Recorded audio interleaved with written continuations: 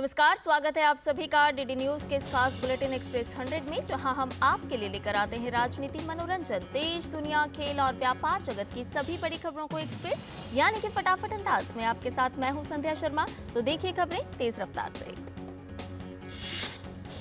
संसद के दोनों सदनों में आज राष्ट्रपति के अभिभाषण पर धन्यवाद प्रस्ताव पर चर्चा सूचीबद्ध है। प्रधानमंत्री नरेंद्र मोदी आज लोकसभा में राष्ट्रपति के अभिभाषण पर धन्यवाद प्रस्ताव पर चर्चा का जवाब देंगे। भाजपा ने अपने सभी सांसदों को सदन में मौजूद रहने के लिए व्हिप जारी किया है। केंद्र सरकार प्रवेश परीक्षाओं में होने वाली नकल और पेपर लीक जैसी घटनाओं को रोकने से जुड़े सख्त प्रावधानों वाला बिल आज लोकसभा में लाने जा रही है। लोकसभा में आज सार्वजनिक परीक्षा अनुचित साधनों की रोकथाम विधेयक 2024 को सदन में पेश किया जाएगा। वहीं उच्च सदन में आज प्रदूषण निवारण और नियंत्रण संशोधन विधेयक 2024 को पुनर्स्थापित करने का प्रस्ताव पेश किया जाएगा। साथ ही वित्त मंत्री निर्मला सीतारमण अनुपूरक अनुदान मांगों 2023-24 को दर्शाने वाला विवरण सभा पटल पर रखेंगी। इसके अलावा वित्त मंत्री निर्मला सीतारमण वर्ष 2023-24 के लिए जम्मू कश्मीर राज्य क्षेत्र के लिए अनुपूरक अनुदान मांगों को दर्शाने वाला विवरण सभा पटल पर रखेंगी। राज्यसभा में वित्त मंत्री जम्मू कश्मीर संघ राज्य क्षेत्र के लिए अंतरिम बजट 2024-25 को आज पटल पर रखा जाएगा। वाराणसी में ज्ञानवापी मामले पर आज सुप्रीम कोर्ट में सुनवाई होगी। परिसर में मिले शिवलिंग की प्राचीनता का पता लगाने के लिए वैज्ञानिक सर्वे की मांग को लेकर दायर हिंदू पक्ष की याचिका पर कोर्ट सुनवाई करेगा। इसके अलावा अदालत हिंदू पक्ष की उस मांग पर भी सुनवाई करेगा जिसमें हिंदू पक्ष ने परिसर के सभी 10 तहखानों को खोलकर वहां सर्वे की मांग की है। इसके अलावा कोर्ट इस केस की मैंटेबिलिटी को लेकर दायर मुस्लिम पक्ष की याचिका पर सुनवाई करेगा। मुस्लिम पक्ष का कहना है कि परिसर के अंदर श्रृंगार गौरी और अन्य देवी देवताओं के पूजा अर्चना के अधिकार की मांग वाली याचिका सुनवाई लायक ही नहीं है। झारखंड विधानसभा का 2 दिवसीय विशेष सत्र आज से शुरू होगा। इस दौरान चंपाई सोरेन सरकार का शक्ति परीक्षण होगा। विधानसभा की दलगत स्थिति देखें तो झारखंड मुक्ति मोर्चा के नेतृत्व वाली इंडी गठबंधन को फिलहाल कोई खतरा नजर नहीं आ रहा है। अदालत ने पूर्व मुख्यमंत्री हेमंत सोरेन को फ्लोर टेस्ट में शामिल होने की इजाजत दी है। इस बीच जेएमएम और कांग्रेस के विधायक हैदराबाद से रांची वापस लौट गए हैं। हेमंत सोरेन की गिरफ्तारी और चंपई सोरेन के सीएम पद की शपथ लेने के बाद इन विधायकों को झारखंड से दूर भेज दिया गया था। उत्तराखंड विधानसभा का विशेष सत्र आज से शुरू हो रहा है। सत्र से पहले प्रदेश मंत्रिमंडल की बैठक में समान नागरिक संहिता की ड्राफ्ट रिपोर्ट को मंजूरी मिल गई है। उत्तराखंड विधानसभा सत्र के दौरान यूसीसी विधेयक को सदन के पटल पर रखा जाएगा। सदन से पारित होने के बाद इसे राज्यपाल के पास मंजूरी के लिए भेजा जाएगा। राज्यपाल से मंजूरी मिलने के बाद यह अधिनियम बन जाएगा। समान नागरिक संहिता मुख्यमंत्री पुष्कर सिंह धामी के 2022 के चुनावी वादों में शामिल था, जिसके बाद मुख्यमंत्री धामी ने यूसीसी लागू करने के लिए जस्टिस देसाई की अध्यक्षता में समिति बनाई थी। ड्राफ्ट तैयार करने के लिए मुख्यमंत्री ने समिति का 3 बार कार्यकाल बढ़ाया। विधायकों के खरीद फरोख्त के आरोपों पर क्राइम ब्रांच ने दिल्ली सरकार में मंत्री और आप नेता आतिशी मार्लेना को नोटिस जारी कर जवाब मांगा है, जिसकी मियाद आज खत्म हो रही है। आतिशी ने भाजपा पर अपने 21 विधायकों को तोड़ने की कोशिश का आरोप लगाया था। अरविंद केजरीवाल ने भी सोशल मीडिया एक्स पर दावा किया कि भाजपा ने आप के 7 विधायकों से संपर्क किया और पार्टी छोड़ने के लिए 25-25 करोड़ रुपए की पेशकश की। जूनागढ़ में भड़काऊ भाषण देने वाले मौलाना मुफ्ती सलमान अजहरी को गुजरात एटीएस ने मुंबई से गिरफ्तार कर लिया है। भड़काऊ भाषण का वीडियो सोशल मीडिया पर वायरल होने के बाद पुलिस ने कार्रवाई करते हुए अजहरी के 2 साथियों को भी गिरफ्तार किया है। विपक्षी इंडी गठबंधन में सीटों के बीच हुए घटक दलों के खटपट जारी है। सपा अध्यक्ष अखिलेश यादव ने कहा कि राहुल गांधी की भारत जोड़ो न्याय यात्रा में शामिल होने के लिए उन्हें कोई निमंत्रण नहीं मिला है। बहुजन समाज पार्टी ने कहा कि इंडी गठबंधन के नेता खुद एक-एक कर अलग हो रहे हैं। कांग्रेस नेता जयराम रमेश ने कहा कि उत्तर प्रदेश में भारत जोड़ो न्याय यात्रा को अंतिम रूप देने के बाद इंडी गठबंधन के घटक दलों के साथ साझा किया जाएगा। केंद्रीय स्वास्थ्य मंत्री डॉक्टर मनसुख मंडाविया आज नई दिल्ली में राष्ट्रीय दंत चिकित्सा आयोग के भवन का उद्घाटन करेंगे। भारत दौरे पर आए फिजी के उप प्रधानमंत्री बिमान प्रसाद आज विदेश मंत्री डॉक्टर एस जयशंकर के साथ मुलाकात करेंगे। इसके अलावा बिमान प्रसाद का शिक्षा राज्य मंत्री राजकुमार रंजन सिंह से भी मिलने का कार्यक्रम है। उत्तर प्रदेश के मुख्यमंत्री योगी आदित्यनाथ ने राज्य के लिए अत्याधुनिक सुरक्षा प्रणाली की घोषणा की है, जिसमें integrated command and control centre के जरिए सुरक्षा की निगरानी की जाएगी। उत्तर प्रदेश के मुख्यमंत्री योगी आदित्यनाथ की सरकार महिलाओं की सुरक्षा सुनिश्चित करने के लिए निर्भया फंड के माध्यम से विभिन्न जिलों में सेफ सिटी प्रोजेक्ट पर काम कर रही है। पश्चिम बंगाल भाजपा के प्रदेश अध्यक्ष सुकांत मजूमदार ने राज्य में कानून व्यवस्था पर सवाल उठाया है। उन्होंने कहा कि मालदा में छात्रा की हत्या के मामले की जांच होनी चाहिए। अयोध्या के लिए ऊना के अंब अंदौरा स्टेशन से पहली ट्रेन रवाना हुई। केंद्रीय मंत्री अनुराग सिंह ठाकुर ने ट्रेन को हरी झंडी दिखाकर रवाना किया। इस विशेष ट्रेन के माध्यम से हमीरपुर संसदीय क्षेत्र के 1000 से ज्यादा राम भक्तों को पवित्र अयोध्या धाम और रामलला के दर्शन का अवसर हासिल होगा। केरल में कन्नूर जिला प्रशासन और जिला पर्यटन संवर्धन परिषद ने पर्यटन मंत्रालय के सहयोग से कन्नूर में मिडनाइट यूनिटी रन का आयोजन किया। केंद्रीय मंत्री मीनाक्षी लेखी ने दिल्ली की national gallery of modern art में एक प्रदर्शनी का उद्घाटन किया। इस प्रदर्शनी की थीम है शक्ति फेयर एंड फियर्स, जिसमें महिला सशक्तिकरण को बढ़ावा दिया गया है। केंद्रीय मंत्री मीनाक्षी लेखी ने कहा कि प्रदर्शनी भारत वुमेन डेवलपमेंट के रूप में काम कर रही है और दुनिया को अपना परिचय दे रहा है। असम विधानसभा का बजट सत्र आज से शुरू होगा, 28 फरवरी तक चलेगा और इसमें कुल 14 बैठकें होंगी। असम के राज्यपाल गुलाब चंद कटारिया आज सदन को संबोधित करेंगे। वित्त मंत्री अजंता नियोग इस महीने की 12 तारीख को बजट पेश करेंगे। ओडिशा विधानसभा का बजट सत्र आज से शुरू होगा। यह 13 फरवरी तक चलेगा। सत्र की शुरुआत राज्यपाल के अभिभाषण से होगी। राज्यपाल के अभिभाषण पर धन्यवाद प्रस्ताव के तहत 6 और 7 फरवरी को चर्चा होगी। वित्त मंत्री विक्रम केशरी आरुख 8 फरवरी को सदन में 2024-25 का बजट पेश करेंगे। केरल का बजट आज पेश किया जाएगा। वित्त मंत्री के.एन. बालगोपाल बजट पेश करेंगे। उत्तर पश्चिम भारत के पहाड़ी इलाकों में बर्फबारी और मैदानी इलाकों में बारिश से ठंड बढ़ गई है। शिमला में ओले गिरने के बाद बर्फ की चादर बिछ गई है। वहीं जम्मू कश्मीर के गुलमर्ग और पुंछ सहित कई जगहों पर भारी बर्फबारी जारी है। उत्तराखंड में मौसम लगातार बदलता जा रहा है। मौसम विभाग ने गरज के साथ बारिश और ओले गिरने का भी अलर्ट जारी किया है। हिमाचल प्रदेश के कुल्लू में अटल टनल के आसपास के इलाकों में बर्फबारी हुई। मौसम विभाग ने पंजाब, हरियाणा, उत्तर प्रदेश और राजस्थान में बारिश का अनुमान जताया है। इसमें मैदानी इलाकों में अगले 2 दिनों के दौरान न्यूनतम तापमान में 2 से 4 डिग्री सेल्सियस की गिरावट दर्ज होगी। राजधानी दिल्ली में कोहरे और शीतलहर के कारण कई ट्रेनों के संचालन पर काफी प्रभाव पड़ा है। कारोबारी गौतम अडानी की अगुवाई वाला समूह गुजरात के मुंद्रा में दुनिया का सबसे बड़ा एकल स्थान तांबा विनिर्माण संयंत्र बना रहा है। इस संयंत्र से आयात पर भारत की निर्भरता को कम करने और ऊर्जा बदलाव में मदद मिलेगी। रियल्टी फर्म सिग्नेचर ग्लोबल ने गुरुग्राम में आवासीय परियोजनाएं विकसित करने के लिए भूस्वामियों के साथ साझेदारी की है। कंपनी ने एक बयान में कहा कि इन परियोजनाओं की कुल राजस्व क्षमता 5000 करोड़ रुपए से अधिक है। सिग्नेचर ग्लोबल ने कुल 21.38 एकड़ के भूखंड पर आवासीय परियोजनाएं विकसित करने के लिए भूस्वामियों के साथ 3 अलग-अलग संयुक्त विकास समझौते किए हैं। सीबीआई ने 2011 में एयर इंडिया के 225 करोड़ रुपए में सॉफ्टवेयर खरीदने के मामले में कथित अनियमितताओं के संबंध में एयर इंडिया के तत्कालीन सीएमडी, एसएपी इंडिया और आईबीएम के खिलाफ आरोप पत्र दायर किया है। और बुलेटिन में फिलहाल रुकने एक छोटे से ब्रेक के लिए जल्द हाजिर होंगे। आप बने रहिए डीडी न्यूज के साथ। साल, बरस और सदी नहीं, एक युग गुजर जाएगा। उम्र न पूछो वंडर की, जब फर्क नजर आएगा। वंडर सीमेंट, फर्क नजर आएगा। मुथूट फाइनेंस भारत का नंबर 1 सबसे भरोसेमंद financial services brand. Gold loan के लिए अभी कॉल करें 1-800-313-1212।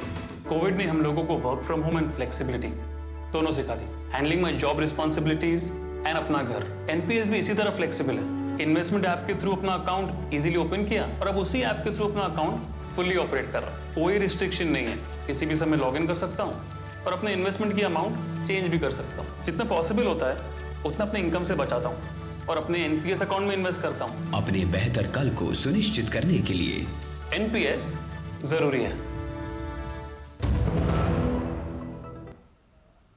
और ब्रेक के बाद एक्सप्रेस 100 में आपका एक बार फिर से स्वागत है। आइए बाकी की खबरों को भी जान लेते हैं फटाफट अंदाज में। सीवीसी की जांच में पहली नजर में पाया गया है कि सॉफ्टवेयर की खरीद में प्रक्रियागत अनियमितताएं हैं।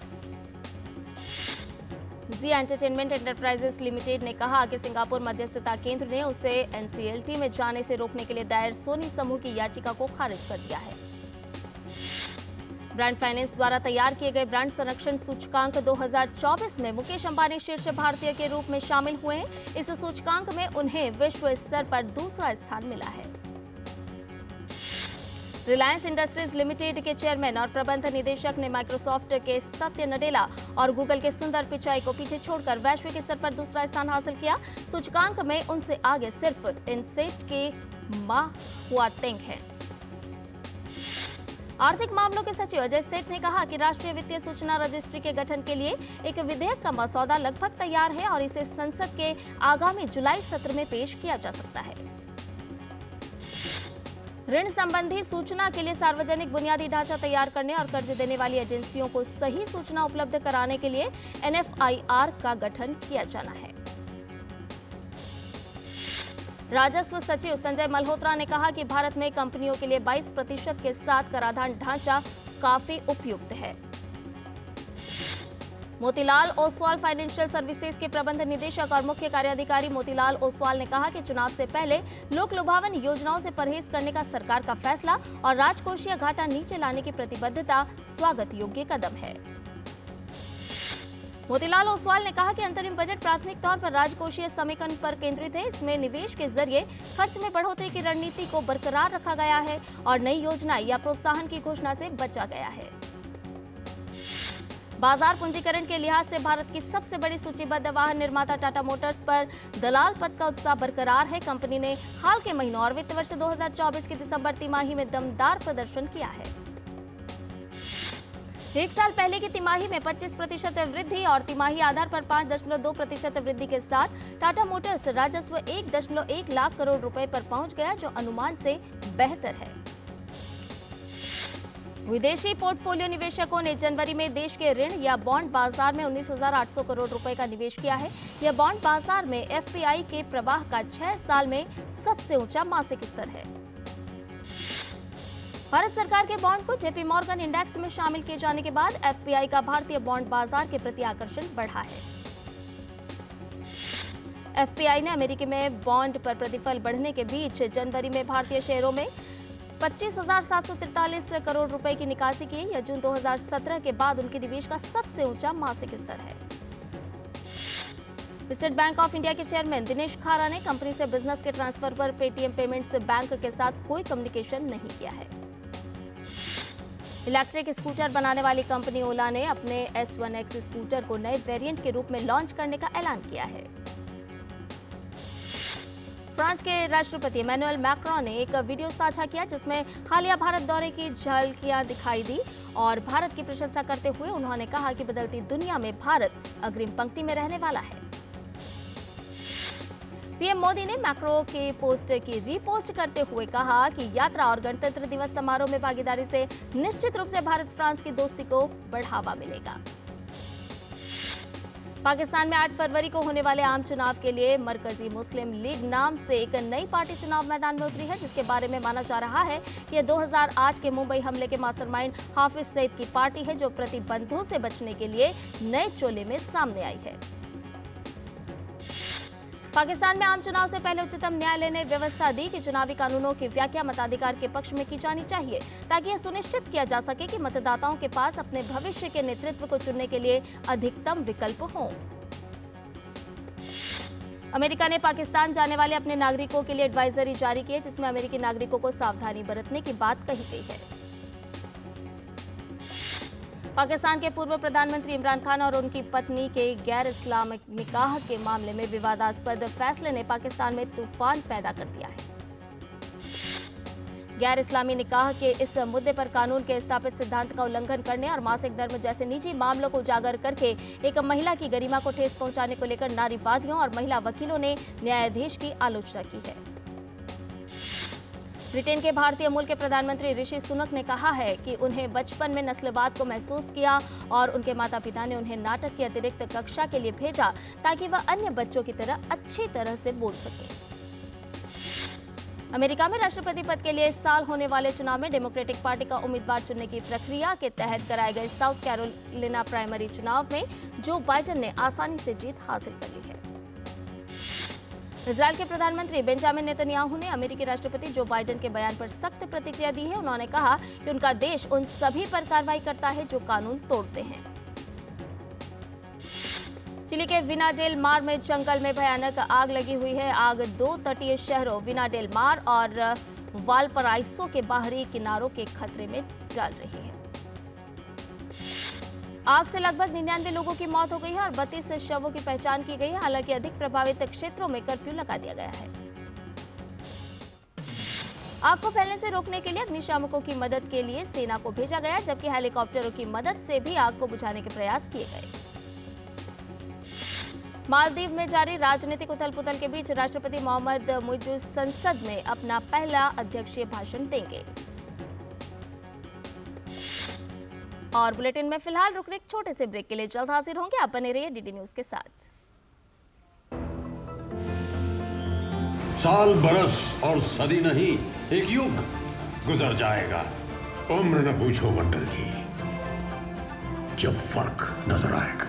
वंडर सीमेंट, फर्क नजर आएगा। मोदी सरकार की गारंटी, कोई नहीं रहेगा भूखा। हर महीने 80 करोड़ लोगों को मिल रहा है मुफ्त राशन। हमारा संकल्प विकसित भारत।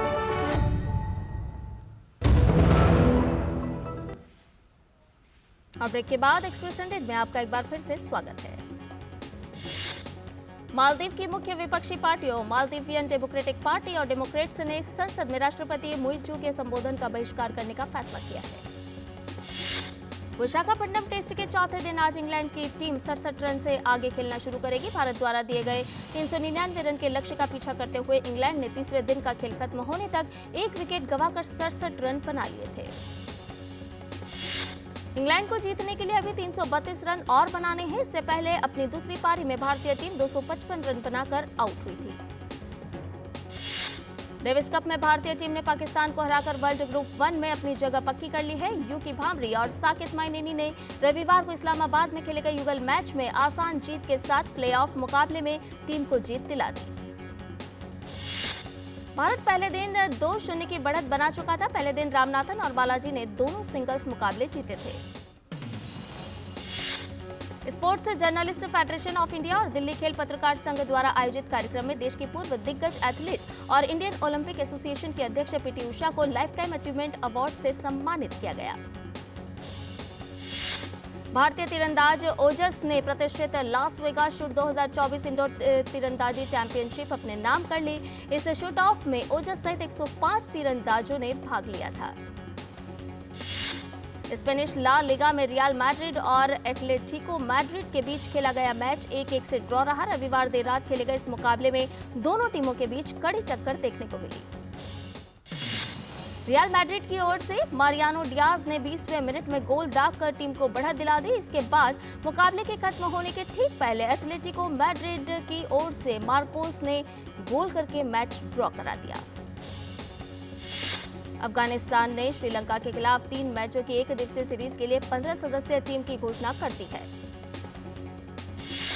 दोनों टीमों के बीच सीरीज के सभी मैच श्रीलंका के पल्लेकेले स्टेडियम में 9 फरवरी से खेले जाएंगे। अफगानिस्तान की टीम में लेग स्पिनर राशिद खान बाहर हैं। भारतीय गायक शंकर महादेवन और तबलावादक जाकिर हुसैन को इस साल का ग्रैमी अवार्ड मिला है। इनके बैंड शक्ति के एल्बम दिस मोमेंट को बेस्ट ग्लोबल म्यूजिक एल्बम का खिताब दिया गया है। दुलकर सलमान ने इंडस्ट्री में 12 साल पूरे कर लिए हैं, जिससे उनके प्रशंसकों को एक खास सरप्राइज मिला। अभिनेता ने अपने आगामी प्रोजेक्ट का पहला लुक साझा किया, जिसका नाम लकी भास्कर है। तेलुगु फिल्म का निर्देशन वेंकी एटलूरी करेंगे। ऋतिक रोशन और दीपिका पादुकोण की फिल्म फाइटर ने रिलीज के बाद पहले हफ्ते में ही 100 करोड़ का कलेक्शन किया है। फिल्म बॉक्स ऑफिस पर जबरदस्त कमाई कर रही है। वहीं वैश्विक स्तर पर फाइटर जल्द ही 300 करोड़ का आंकड़ा छूने के लिए तैयार है। बॉलीवुड स्टार ऋतिक रोशन ने अपनी फाइटर की को स्टार संजीदा शेख की प्रशंसा की और उन्हें एक शानदार एक्टर बताया। एक्ट्रेस ने फिल्म के इमोशनल सीन में उनके लिए एक्टिंग को आसान बना दिया। अभिनेता शाहिद कपूर जल्द ही छत्रपति शिवाजी महाराज पर बन रही हिस्टोरिकल फिल्म में अहम किरदार निभाने वाले हैं। इस फिल्म को डायरेक्टर अमित राय डायरेक्ट करने वाले हैं। मेगा स्टार अमिताभ बच्चन ने कहा कि उन्होंने कभी भी इस बात पर ध्यान नहीं दिया कि उनकी फिल्में कैसे चल रही हैं। उन्होंने जोर देकर कहा कि अपना काम करें, अगर वह सफलता के योग्य है तो जरूर मिलेगी। रोहित शेट्टी के OTT debut Indian police force में काम करने को लेकर डॉक्टर से अभिनेता बने आशीष गोखले ने अपनी यात्रा के बारे में बात की। उन्होंने नवीनतम वेब सीरीज में भूमिका मिलने का भी खुलासा किया। कमल हासन ने उठाया साउथ की एक और मूवी से पर्दा। कमल हासन ने आगामी फिल्म STR48 का पहला लुक जारी किया है। सलमान खान की ओर से उनकी production company Salman Khan films ने एक बयान जारी कर स्पष्ट किया है कि वे फिल्मों में कास्टिंग के लिए किसी थर्ड पार्टी से नहीं जुड़े हैं। और एक्सप्रेस न्यूज में फिलहाल इतना ही। हमें दीजिए इजाजत, लेकिन डीडी न्यूज पर खबरों का सिलसिला लगातार जारी है। नमस्कार।